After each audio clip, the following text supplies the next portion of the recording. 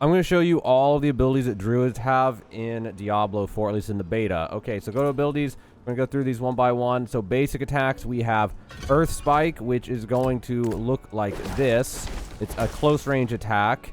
It basically just does damage. That's all that it does. All right, then we have Wind Shear, which is my personal preferred one because it pierces enemies, but its side range is just terrible. Like, so it's very hard to hit multiple enemies with it.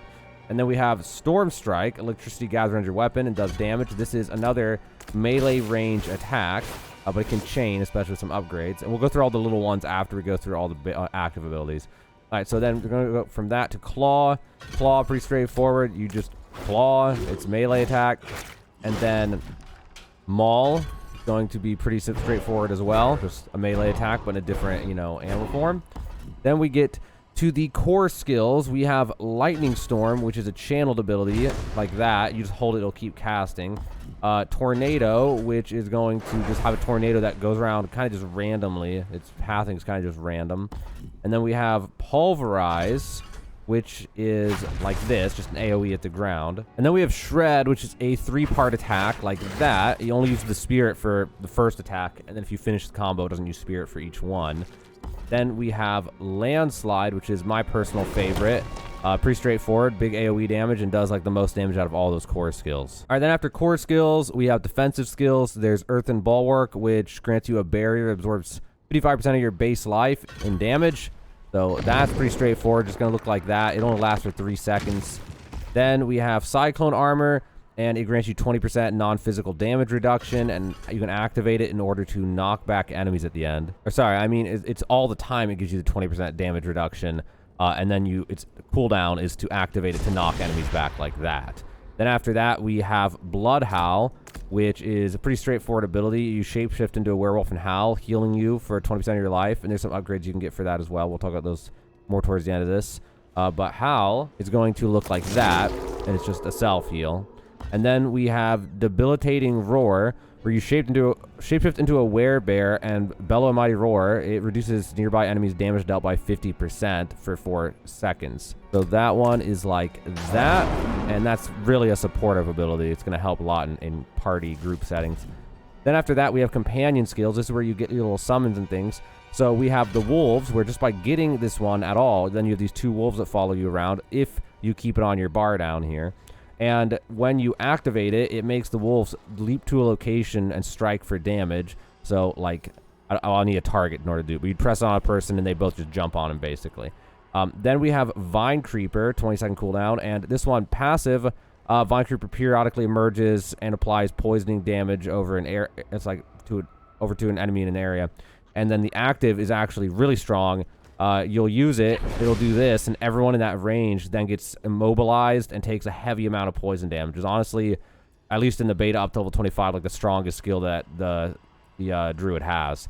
And then there's Ravens, where passively one Raven randomly picks at an enemy for like a teeny minute amount of damage, really small amount of damage. And then the active is just an AoE on the ground like that. It's nice to have more AoE. Then we have Wrath skills. So we have Hurricane, which is basically Hurricane follows you around, dealing damage over time. That one's going to look like this. It just follows you as you move around, dealing damage to enemies. Then after that, we also have Boulder, where you unearth a large boulder that knocks back and crushes enemies, but does not do very much damage. So Boulder looks like that. It's a pretty small boulder, honestly. Then we have Rabies, where you shapeshift into a werewolf and perform an infectious bite on the target, dealing some damage and applying additional poison damage to them over time, and infect the enemy, spread rabies to other surrounding targets. So that one I bet I can't do without having a target. Yeah, but that's pretty straightforward. You just bite in werewolf form and then poison a bunch of enemies. It spreads the poison. All right, so then we have Trample. So Trample, you shapeshift into a werebear, become unstoppable, charge forward, dealing a very small amount of damage and knockback. Enemies who are knocked back, though, take into something, take an additional little bit of damage, and are stunned. The damage is not very high on that, at least at this level. So that's going to look like that. Pretty straightforward ability. All right, so then after that, we have the ultimate ones, and this is where I do have to apologize. I didn't have time in this beta to level up the Druid this far, because the Druid is so hard to level. But I can, like, read them off to you, so in case you just want to see it. So Petrify, encase all nearby enemies in stone, stunning them for 3 seconds. You deal 25% increased critical strike damage to enemies affected by the Petrify. And against bosses, the critical strike damage bonus is increased to 50% and its duration is increased to 6 seconds. Cataclysm, which sounds really fun. Huge cooldown, though. Massive Storm follows you for 8 seconds. Tornadoes knock back enemies, and lightning strikes wildly, dealing 82 damage. Then we have Lacerate. Shapeshift into a werewolf. Become immune and quickly dash 10 times between enemies in the area, dealing up to 609 damage, which actually does sound like a lot of damage when there's less enemies in the room.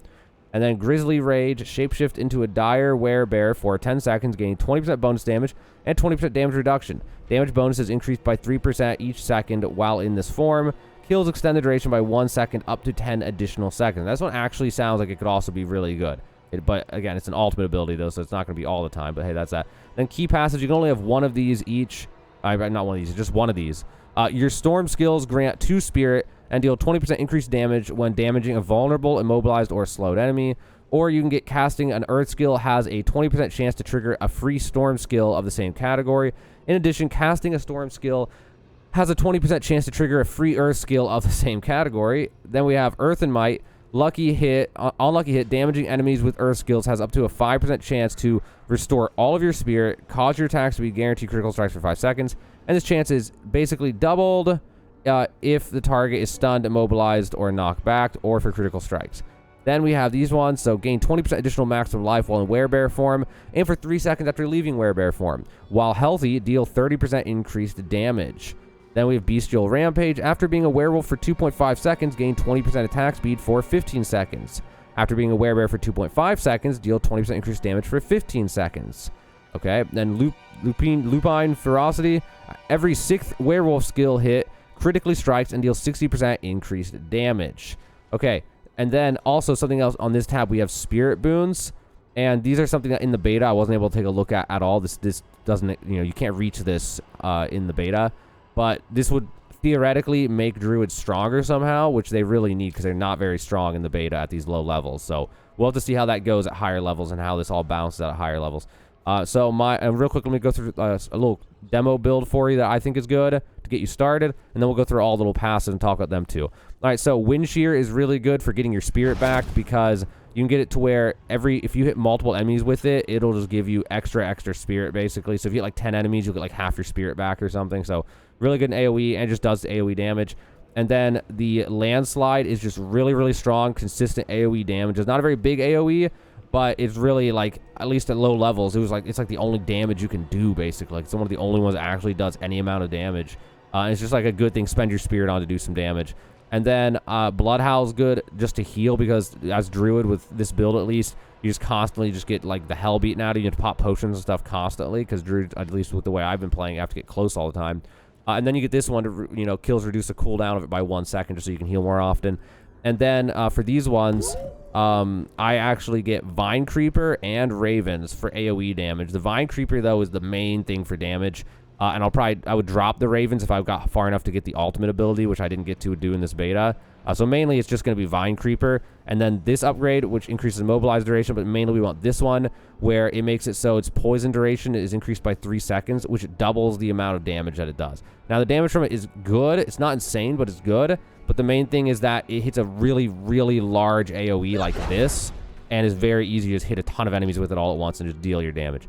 Then I get Hurricane, just so I can get more AoE damage, have it follow me around. And then ideally get this one so that it has a chance to make them vulnerable, just to make me be able to do some more damage to them.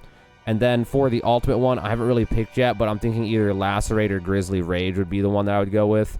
And then for the key passive, I'm honestly not sure. They all sound very interchangeable. Like, not all of them. Some are better than others, but not entirely sure. All right, so with all that out of the way, now let's take a look at all these passives. So for Earth Spike, we have a 10% chance to stun for 2.5 seconds. And then your 2 options are summon a second Earth Spike when hitting an immobilized or stunned enemy, or Fortify for 2% of your base life whenever Earth Spike damages enemies who are stunned, immobilized, or knocked back. Then for Wind Shear, the options are it has a 20% chance to make enemies vulnerable for 4 seconds. And then your 2 options are grants 3 additional spirit for each enemy hit beyond the first, or each enemy hit by Wind Shear increases your movement speed by 5% for 5 seconds up to 20%. Then for Storm Strike, we has a 15% chance to immobilize all enemies hit for 2.5 seconds. And then your 2 choices are has a 50% chance to make enemies vulnerable for 3 seconds, or change to 2 additional targets. Then for Claw, Claw's attack speed is increased by 10%, and the two options are has a 10% chance to attack twice, or applies 15 poisoning damage over 6 seconds. Then for Maul, if an enemy is hit by Maul, then Fortify for 2% of your base life, and then the two options are increase the range and radius of Maul by 30%, or has a 10% chance to knock down enemies for 1.5 seconds.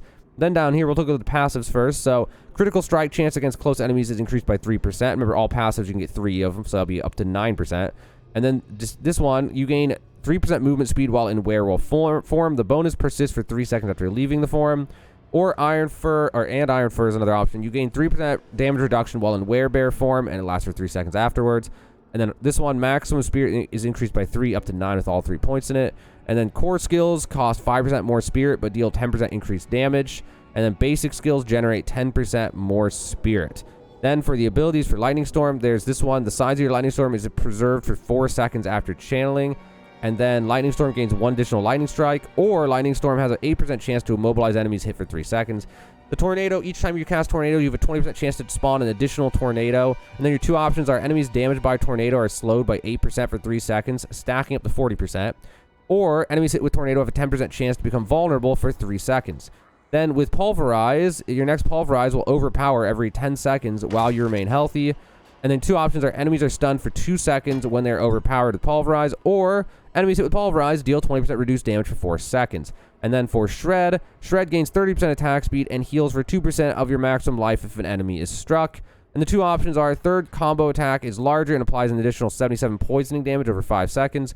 Or second and third attacks also perform a dash. In addition, Shred's critical strike damage is increased by 20%. And then for Landslide, after Landslide damages enemies 4 times, the next hit will immobilize enemies for 3 seconds. And the two options are when you immobilize or stun an enemy, you gain a Terra Mote. Each enemy hit by Landslide consumes a Terra Mote, causing a guaranteed critical strike with 40% critical strike damage. Bosses always have up to a 10% chance to grant a Terra Mote when hit.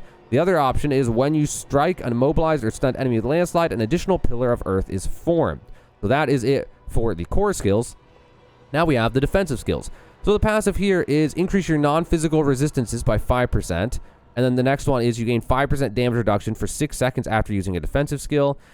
For Earthen Bulwark, it makes you unstoppable while active. And then the two options are casting it grants 18% base life as Fortify, or Shrapnel flies outward when it is destroyed or expires, dealing a medium amount of damage to enemies, and this damage is increased by barrier bonuses. Then Cyclone Armor. Enemies who are knocked back by Cyclone Armor are slowed by 70% for 1.5 seconds. And the two options are every 10 seconds, the armor intensifies, causing incoming damage to grant you 30% damage reduction for 2 seconds, or enemies knocked back by Cyclone Armor become vulnerable for 3 seconds, which actually sounds kind of nice.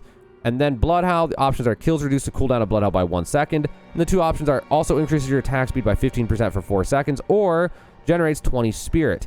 Then for the Roar, also fortifies you for 22% base life. And the two options are also slows enemies by 40%, or also heals you for 4% of your maximum life each second for its duration. That's it for the defensive skills. Now for the companion skills, the passives are deal 3% increased damage to distant enemies, double this bonus if they are also slowed, stunned, immobilized, or knocked back. Then we have gain 2 spirit when transforming into human form.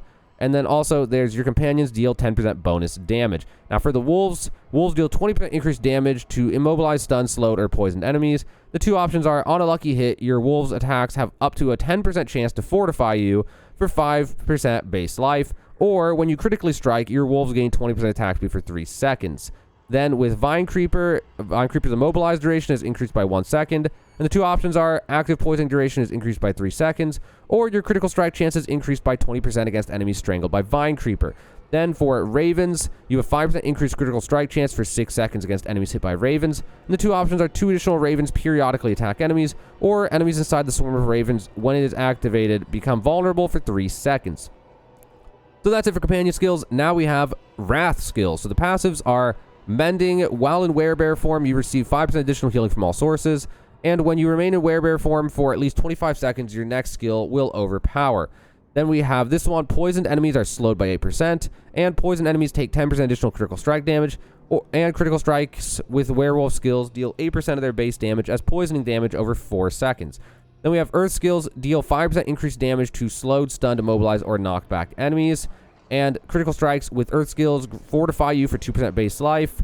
And while you have Fortify for over 50% of your maximum life, your Earth skills deal 4% increased damage. Now, oh, and then we have these ones. Unlucky hit, your Storm skills have up to a 20% chance to make enemies vulnerable for 1 second. And this one, every 18 seconds, a lightning strike hits a nearby enemy, dealing 71 damage. And then unlucky hit, dealing lightning damage to enemies has a 5% chance to immobilize them for 3 seconds. If the target's already immobilized, the lightning damage dealt to them is increased by 5% instead. Increase the duration of Hurricane and Cataclysm by 5%. And on a lucky hit, have an up to a 10% chance when dealing damage to a vulnerable, immobilized, or stunned enemy that a lightning strike also hits, dealing 87 damage. Now, for the abilities Hurricane, the upgrades are enemies who are damaged by Hurricane are slowed by 25% for 2 seconds, and Hurricane has a 15% chance to make enemies vulnerable for 3 seconds. And then this one, enemies, or your other option is enemies affected by Hurricane deal 20% less damage.